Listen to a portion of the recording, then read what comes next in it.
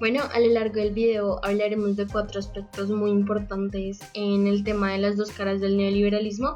Entre ellas están las generalidades de esta corriente, la economía mixta versus el neoliberalismo, las propuestas del neoliberalismo y las soluciones que ofrece el neoliberalismo. Bueno, para entender un poco más este concepto de neoliberalismo es demasiado importante entender algunas características. La primera es que el neoliberalismo es una corriente de pensamiento y una práctica que se toma o que tomó fuerza a finales de los años 70 y durante los años 80. Esta corriente planteaba soluciones a problemas económicos y sociales a nivel mundial durante la época. Le da importancia a los mecanismos de mercado, le da más libertad y fuerza a la sociedad sin las intervenciones externas del gobierno. Es una tendencia intelectual y práctico-política, fomenta y estimula las actuaciones de los agentes individuales, formales o informales, y hace énfasis en que se garantice la libertad de agentes individuales a nivel económico frente a la propiedad privada, medios de producción y ganancias derivadas. También ha sido definida como un programa de destrucción de las estructuras colectivas capaces de obstaculizar la lógica del mercado único. Como ya lo mencionaba anteriormente, lo más importante para este movimiento es la libertad de la acción económica, que durante esta época se veía como la propia libertad personal. También otorga responsabilidad y un uso eficiente de los talentos individuales y los recursos colectivos de la sociedad. Surge en un contexto muy diferente al liberalismo o liberalismo original de los siglos XVIII y los siglos XIX. Crecen sociedades democráticas con alternancia de poder, con derechos personales y laborales reconocidos y con actividades económicas prácticamente organizadas. Entonces, es importante también entender que el surgimiento del neoliberalismo se dio a partir de la caída del modelo económico mixto, alrededor de 1947 a 1970. Tuvo grandes reconocimientos, ya que este movimiento permitió la reconstrucción de economías destruidas por la guerra o de las nuevas naciones que surgieron en 1947 gracias a la disolución del régimen colonial. Para entender un poco más la influencia de esta corriente de pensamiento, necesitamos entender qué estaba pasando en el mundo en esa época. Bueno, entonces, por el lado de las sociedades socialistas, se sabe que tuvieron gran influencia en las economías destruidas, que tuvieron crecimientos económicos evidentes y que tuvieron una transformación de la economía rural. En Reino Unido se nacionalizaron sectores estratégicos para el control más profundo de la economía, y por otra parte en los países occidentales, gracias a la intervención y acciones decisivas del gobierno, se dio un régimen de un mercado especial donde el gobierno se encargaba de controlar precios, salarios, tipos de cambio, movimientos de cambio e intercambios comerciales, y también fomentó demasiado el sector industrial en empresas privadas con gran participación dentro de ella. Bueno, dentro de este contexto se desarrollaron medidas de protección social y bienes públicos. En la economía mixta creció el poder de los sindicatos, punto de suma importancia para el neoliberalismo, y por otra parte las economías crecieron evidentemente en los periodos con mucha riqueza y repartida con cierta justicia. También se aseguró que el Estado no es la solución, sino que el Estado es el problema. Bueno, el neoliberalismo trajo consigo grandes propuestas para la transformación económica.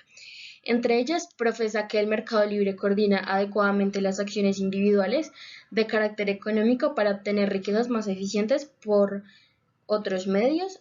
El mercado no es más que una abstracción de muchos mercados reales y concretos que funcionen en libertad. El mercado se ve como una entidad metafísica, inobservable y dotada por propiedades no reconocidas. Las transacciones naturales se convierten en un arma en contra de la intervención de las autoridades. También se dice que los agentes de mercado son agentes conscientes que no necesitan ninguna intervención.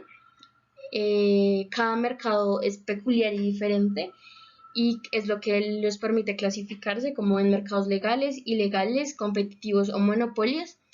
Los neoliberalismos no definen cuál es el mercado que organiza la economía. Se dice que tiene un equilibrio en competencia perfecta y hay neoliberales que identifican que los mercados reales no siempre funcionan de forma perfecta.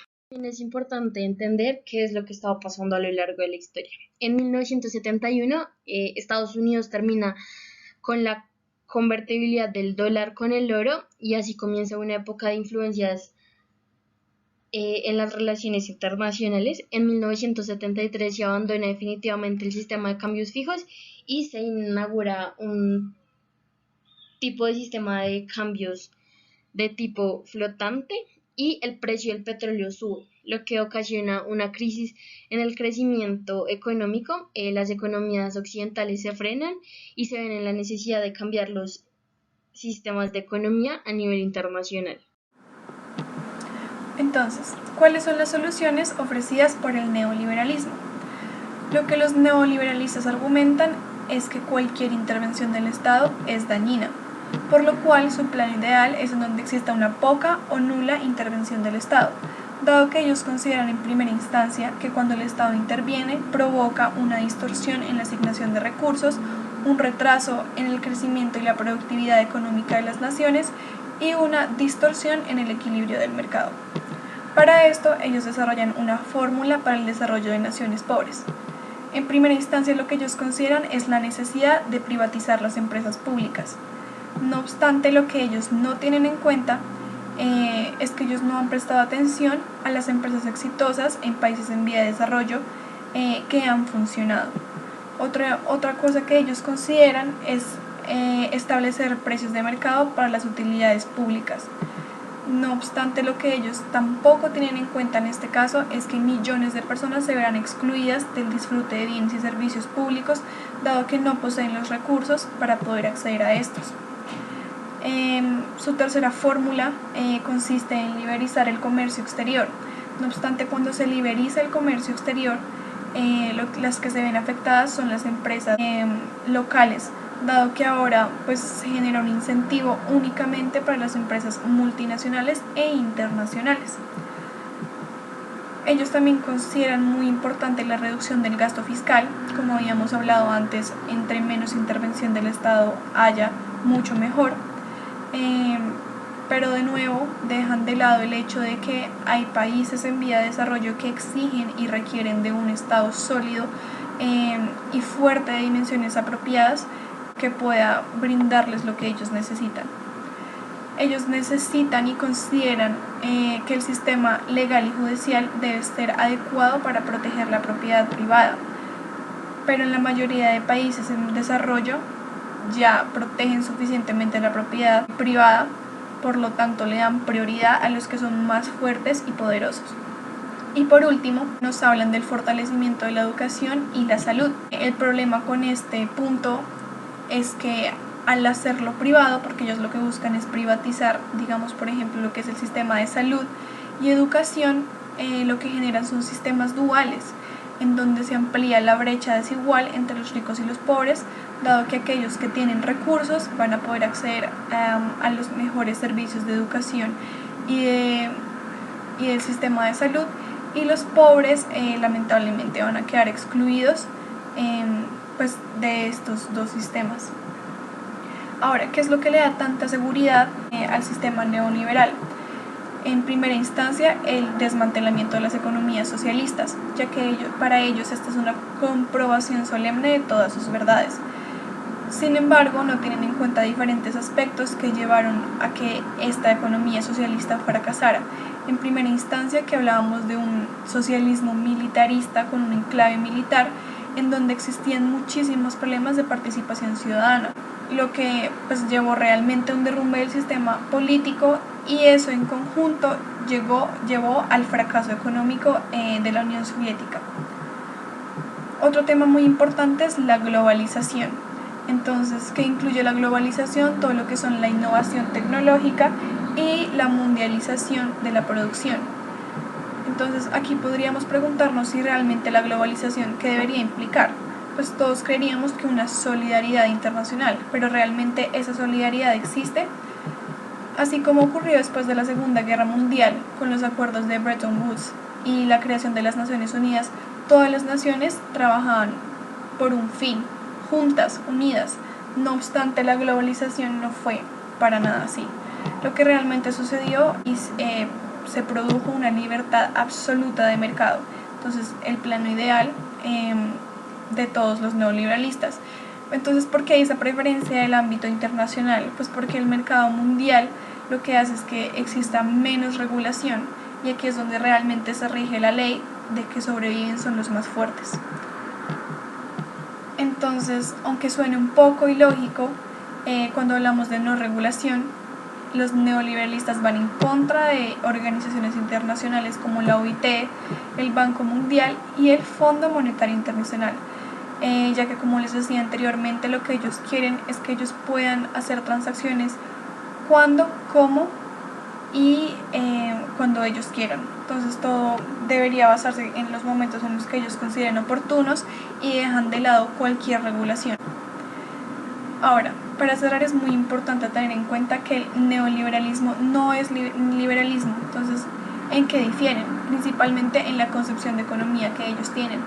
En segunda instancia, en la relación con la sociedad. Y tercero, pues todo surge bajo el hecho de que el neoliberalismo reduce la actividad económica a un sentido estrecho. Y hay supuestos filosóficos que son completamente inaceptables bajo el ideal del neoliberalismo. ¿Cuáles son esos? En primera instancia, la negación del conflicto distributivo, que argumenta la existencia de una armonía preestablecida. Entonces, lo que quiere decir es que la libertad del mercado va a asegurar siempre la mejor asignación de recursos. Entonces, acá también tenemos en cuenta las bases bajo las cuales se dieron cada uno de los sistemas. Entonces, el sistema neoliberal se dio bajo un sistema democrático y relativamente justo, en el cual defiende el poder absoluto de las empresas, en muchos casos reduce la libertad de los ciudadanos, restringe el ámbito de libertad de las asociaciones. Como ya sabemos, ellos no apoyan lo que son los sindicatos y todo este tipo de organizaciones que velan pues por sus derechos. Sacraliza la avaricia porque es un sistema consumista, es un sistema que lo que busca es que entre más se consuma mejor, y desconoce la naturaleza social. Y finalmente, pues, ¿a qué lleva esto? La destrucción del pacto social. Ahora, ¿bajo qué circunstancias se dio el liberalismo y por qué difieren? El liberalismo se dio como una idea de defensa de la libertad personal, en una lucha constante frente a los regímenes totalitaristas, las monarquías y todo este tipo de sistemas absolutistas.